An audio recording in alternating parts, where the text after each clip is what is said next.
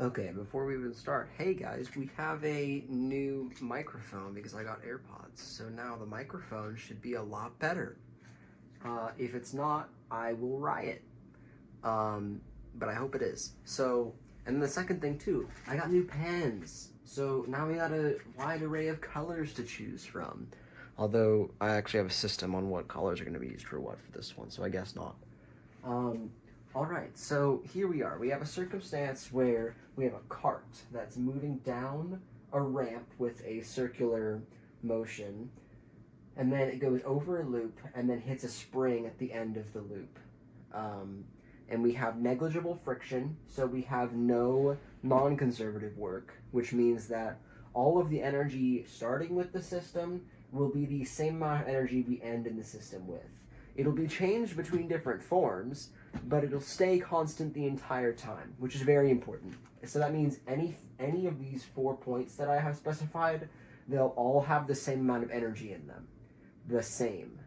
So that means that we can make things equal to one another, and that will be important as we go through all of these problems. So then the ramp radius is 4 meters. Our loop radius is 1.5 meters. And our spring constant at this spring here is 400 newtons per meter. Our mass of the cart is 8 kilograms, and it starts at rest, so no motion at the start. And then we're asked to solve for these 5 things. The velocity before entering the loop, so the velocity at point 2. And then B, the velocity at the top of the loop, so the velocity at point 3. The normal force at the top of the loop, so what our normal force is, which is review from last time, because that doesn't actually specify too much energy, but you have to use energy things to solve for things that will get you there. D, our distance of the spring contracting when the cart stops. And then E, our energy charts of the 4 labeled points. So just labeling how much energy is there the whole time, which I'm going to tell you is going to be somewhat easy to do because we have no energy lost.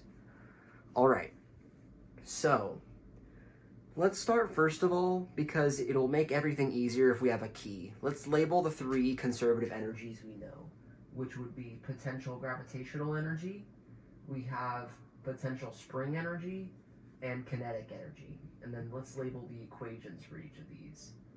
So gravitational potential energy has the equation mass times the gravity, which would be positive in this instance because all of the actual equation for it is negative change in mass times gravity times height, and then the negative here and the negative there will actually cancel out. So all of this would actually cancel out to form us a mass times gravity times height. And then our spring potential energy is 1/2 times the spring constant, which is this thing here, times the distance of compression squared. And then kinetic energy looks similar to the previous one, 1/2 times the mass times the velocity it's moving at that point squared. All right, so now we have to solve for certain things here. So first let's go for A, and I'm going to actually use red because A is red. Velocity before entering the loop, so velocity at point 2. So if we know that this entire thing has a set amount of energy from start to finish, we know that whatever energy it has here is going to be equal to the energy it has here.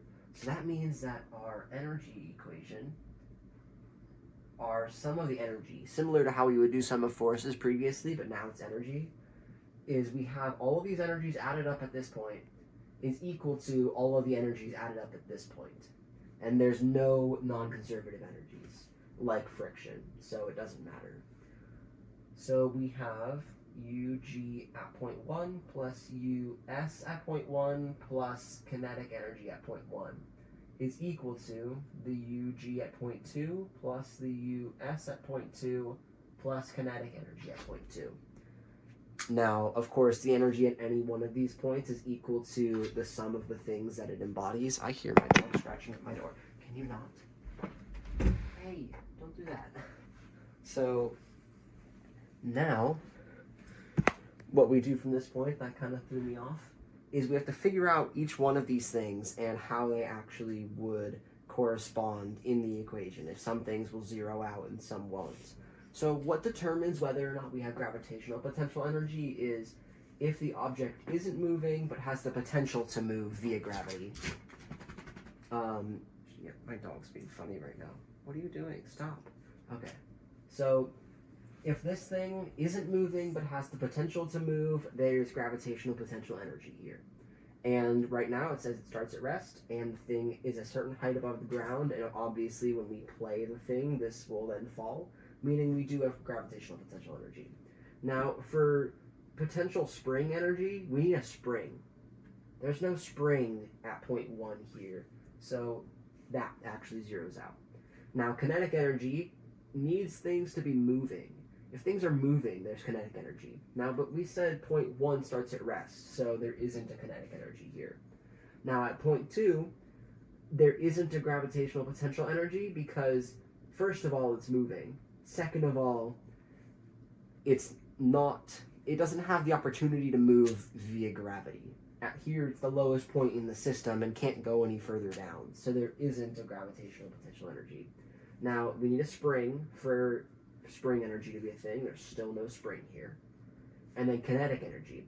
It is moving, so there's kinetic energy. So that's fine. All right. Now, with all these zeros in question, we have Uᵍ1 is equal to kinetic in 2. And that's it for that one. Other than we have to solve for now our velocity. That's it for setting up the equation. All right, so now let's look at these things. So we have mass times gravity times height at point 1 is equal to our kinetic energy, 1/2 mass times velocity at point 2 squared. All right, and then I specify all these points here just because it makes our math and stuff a lot easier. And now you're wondering maybe how can we figure out this height here? Well, if our radius here is 4 meters, we know that because it's a circle, our radius in any point of that is going to be the same.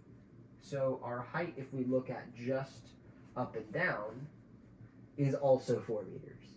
So that means our height in the one direction, or our height at point 1 is 0. No, 0. 4. You just said it's 4. Why did I say 0? Alright. And now we can solve for things, because we know all the values except for our wanted value.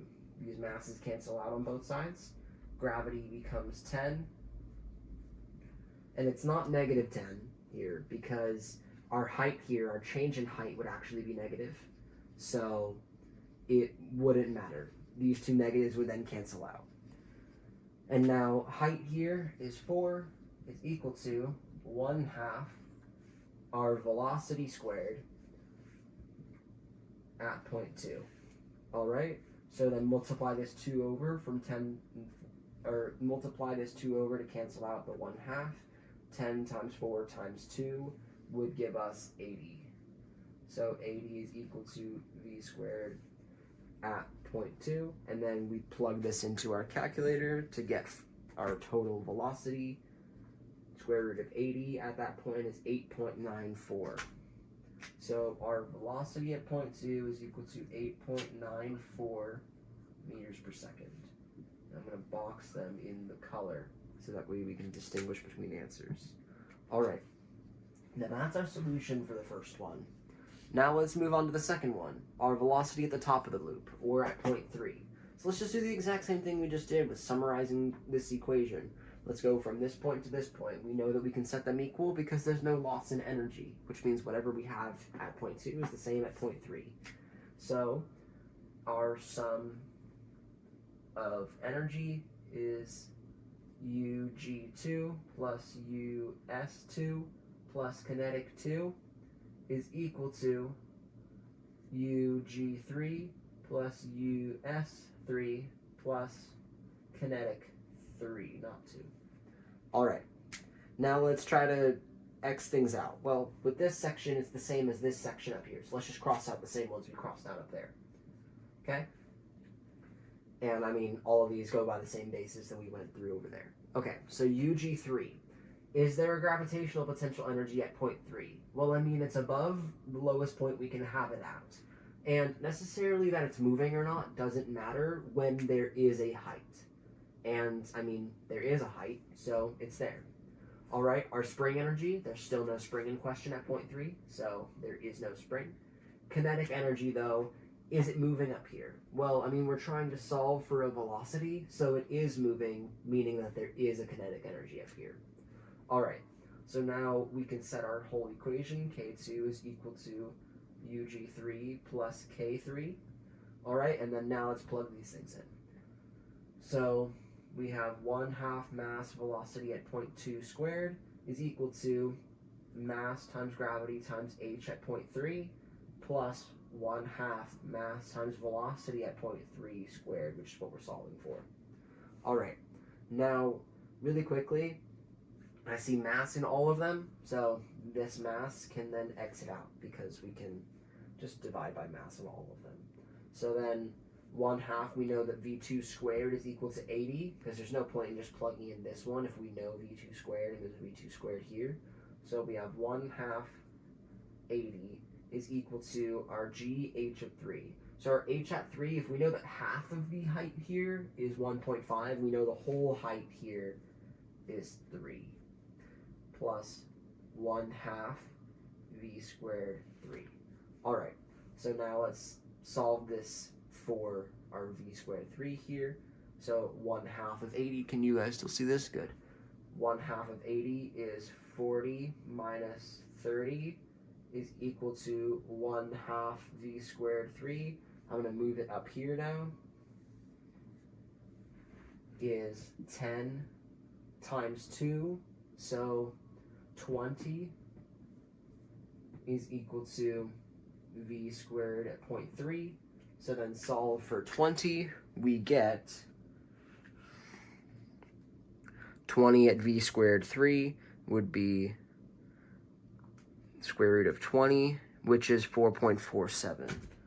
So v at point 3 is equal to 4.47 meters per second. So that's our answer for that. And now let's move on to C.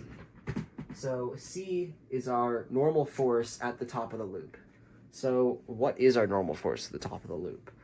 This is kind of review from last time. So in order to solve for any type of forces, we need to have our free body diagram. So we have our point in the center at point 3. We know that anything on Earth has a force of gravity working with it. All right. And then we have a velocity here, meaning that if we were to set up this equation, we would have f of c, which would then simplify to our mass times acceleration, and our mass times acceleration would then simplify to mass times velocity squared over r. This velocity squared is actually our velocity 3 at point 3, because that's what this is. So if our velocity at point 3 isn't 0, our radius isn't 0, and our mass isn't 0, we know that this entire thing won't be 0, which means that there is a force here, well, an imaginary force, that happens there, that keeps it suspended to this roof here. And if it's suspended to that roof there has to be something then that stops it from falling through the roof, which is our force normal at point 3. So there is a force normal here. The first thing is just determining if there is one, and there is one. And when I do this dotted force up here, it's the whole thing about centripetal force not actually being a force. So I'm actually going to erase it just for the sake of making sure that physics teachers stay happy, because I definitely didn't get called out on that when explaining it to the class. Yes, I still remember that.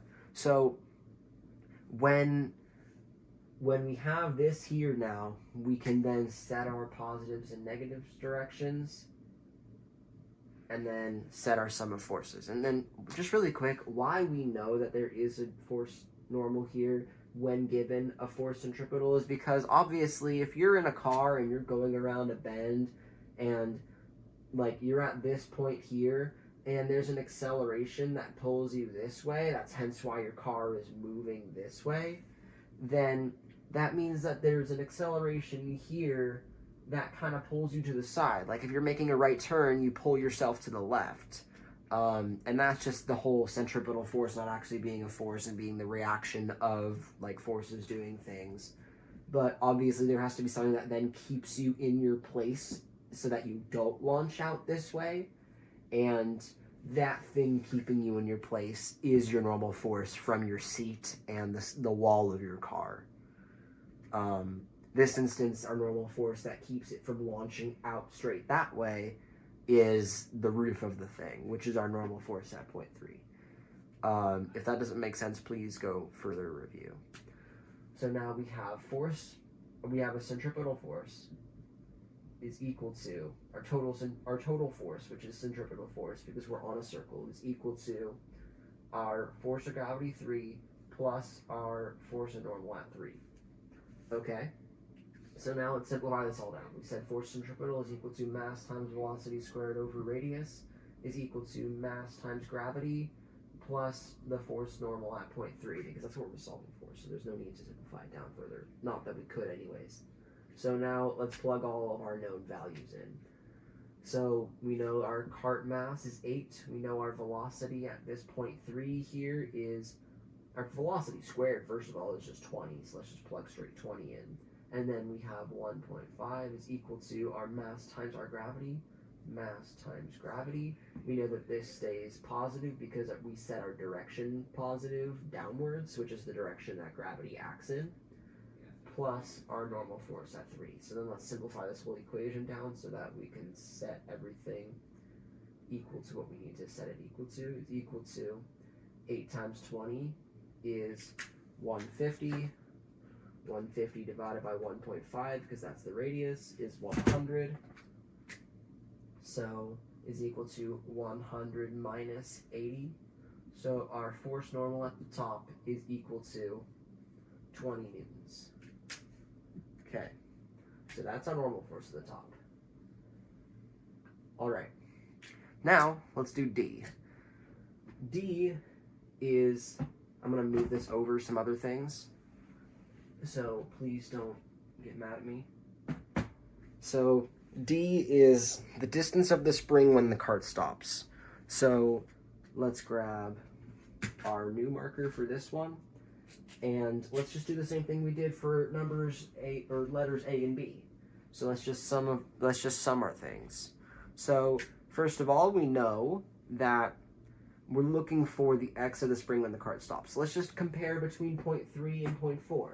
I mean, another thing we could do is compare between 0.2 and 0.4. We can compare between 1 and 4 because we know that there's no change. But for the sake of just doing things so that, actually, you know what? For the sake of doing things that's simpler, let's just go between 2 and 4 because we know that those 2 points have to be equal to one another. So let's just not make this any harder than it needs to be, and let's just only work with one thing because we looked and saw at this here that there's 2 things that we're dealing with at 0.3, but at 0.2 we're only dealing with one thing. So let's just compare 4 to 2. All right, so we say our sum of energy at those 2 points from 2 to 4. I'm actually going to specify on each of these between the 2 points that they're dealing with. This one is dealing with 1 and 2. This one is dealing with, grab our orange. This one is dealing with 2 and 3. Because I really can't label things enough. If it helps for you, please label things how you want them to be labeled. But obviously, I mean, you can see why I do it. So, I mean, just do it. So our E, our energy of that whole thing is between 2 and 4. Our gravity 2 plus our spring of 2 plus our kinetic of 2, which is equal to our potential gravitational at 4 plus our potential spring at 4 plus our kinetic at 4. All right, so first of all, we know this 2 already. We did it 5 times. So we have this gravitational x is out and this spring x is out. Now let's determine things here, because this one's actually somewhat harder. We don't have a height here, which means that this all zeroes out. We don't have a gravitational potential. Now there is a spring in question now, so we do have this. And then, do we have a kinetic energy? Well, first of all, it's looking for our distance of the spring's contraction when the cart stops. So if it stopped, there's no motion, so we don't have kinetic. All right, So we know this entire thing is equal to kinetic squared, or kinetic of 0.2 is equal to our spring potential energy at 4. And then I've been calling it spring potential energy. I guess how you would actually call it, let me see, is it's like compressional potential energy, but you know exactly what I mean when I say that, so I don't feel like I need to specify that. All right, so then let's set all of our equations now. So kinetic, 1/2 mass times velocity at 0.2 squared is equal to our potential, which is 1/2 lowercase k, which is our spring constant, times velocity at 0.4 squared. Oh wait, no, I was looking at the wrong one. Is x, our compression distance at 0.4 squared. All right, now that we have these things, let's solve. So first of all, if we have 2 1/2s on either side, those can both go bye-bye. All right, now we have a mass. Mass is 8 kilograms. And then we have our v squared. Our v squared, we've already set, our v squared of 2 is 80. And then, again, just labeling the points that they're at is so crucial because this could refer to any of the 2 velocities we've already solved for. That could be 20 or that could be 80. But specifying that it's at 0.2 and we're dealing with 0.2 simplifies it down so that it's only the 81. All right, so that's equal to our spring constant, which is 400, times x squared at 0.4, our distance of compression squared. All right, so 8 times 80 is 640, divided by 400 is equal to distance of compression at 0.4 squared. All right, now let's just plug everything into our calculator. So we have the square root of 640 divided by 400 is 1.2649. So I'm just going to say 1.3, just because if I were to simplify to the third digit, this one's a 0.49. So that's pretty close to half. So let's just simplify it to the first digit. So we have x at 0.4 is equal to 1.3 meters of compression. So what that's saying is that this spring will compress to 1.3 meters worth of compression before stopping. All right. And then that's our solution for that one. Now, let's go through our energy charts, because that's the next thing. Energy charts of the 4 labeled points. So, first of all, we can use information that we've done previously to try and solve for these things. So let's just go like this. Our energy charts. When it says energy charts, it just means the energy of all 4 of the points. So we have point A. Well, that was a horrible A. We have point A. We have point B. Yes, I'm being annoying with this by wanting to color it each individually. Point. Oh, why am I labeling them via color like this when it's actually by the point? We have a point 1, a point 2, a point 3, and a point 4. All right? And then we have our different types of energy. We have all of these. Uᵍ, we have Us, we have a K, and then we have a total energy. So I'm actually going to label this one as sum of the energies. So we have Uᵍ, Us, K, sum of energy. Uᵍ, Us, K, sum of energy. One more. Uᵍ, Us, K, sum of energy. And I'm not going to specify how much on each of them because that's the entire idea of labeling the graph 1, 2, 3, and 4. All right. Now, one thing is we know that all of these things have the same amount of energy throughout the entire thing. So we can just kind of make a dot here that labels a point on all of them where it's equal to E, saying that's how much energy all of these will total. And it's all the same E. E is equal to the same thing on all of them. So we know that if it goes up to that point on E, that's too faint. I'm just going to use purple as well. If it goes up to that point on one of them, it goes up to that point on all of them. So E is that far up on all of them. All right. I noticed that there's a light there, which is quite annoying. Ah, there we go. Now it's gone. Okay, cool. Or at least it's not in the way anymore. So here we go. Now at point 1, we have only gravitational potential energy, as we specified here. So if we only have gravitational potential energy, and the amount of energy total is that much, then we know that that fills up the entirety of it, and it's going to be equal to E. And then there's no kinetic or spring. All right, and now at point 2, we took out both of the two potential energies. So those both have 0. Our leftover one is kinetic, which has to equal the amount of total energy in the system. So those two will be at the same point, E. All right. Oh, that was the wrong graph. Woo, that was the wrong graph. Okay. Now at point 3,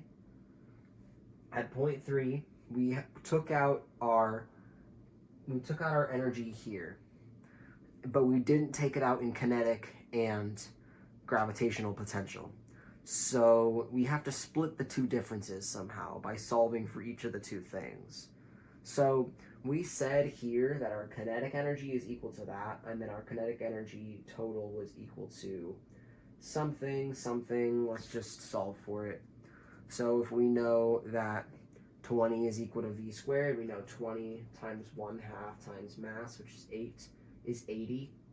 So, and then let's solve for the other thing.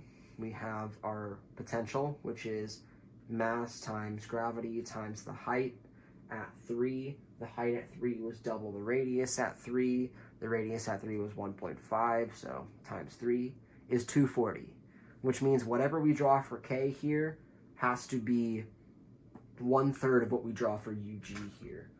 And the total would be in thirds, or it would be in fourths. So we have a third here and a fourth here, where the total is E.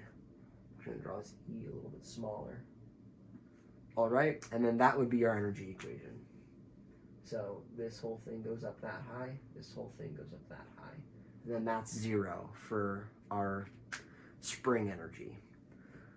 All right, and then let's go like this, just because I can't be thorough enough with it. All right, and then 4. 4 only has spring energy. It doesn't have the other two. So there is 0 of that, 0 of that. This goes all the way up to that height.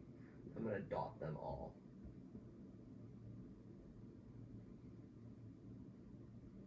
All right, that's it. That's it. And also, just to let you know, we can figure out how much total energy is in the system by adding these two. 80 plus 240 is 320. So that E will actually count as the number 320. And that's how much energy is in the system from the very start, is 320 joules. And if it asked for the total energy, we would solve and show that it's 320. But I feel like we didn't need to, because we were going to be discussing it when we went into 3 in this one anyways. And that would be the solution for this whole thing with these constraints.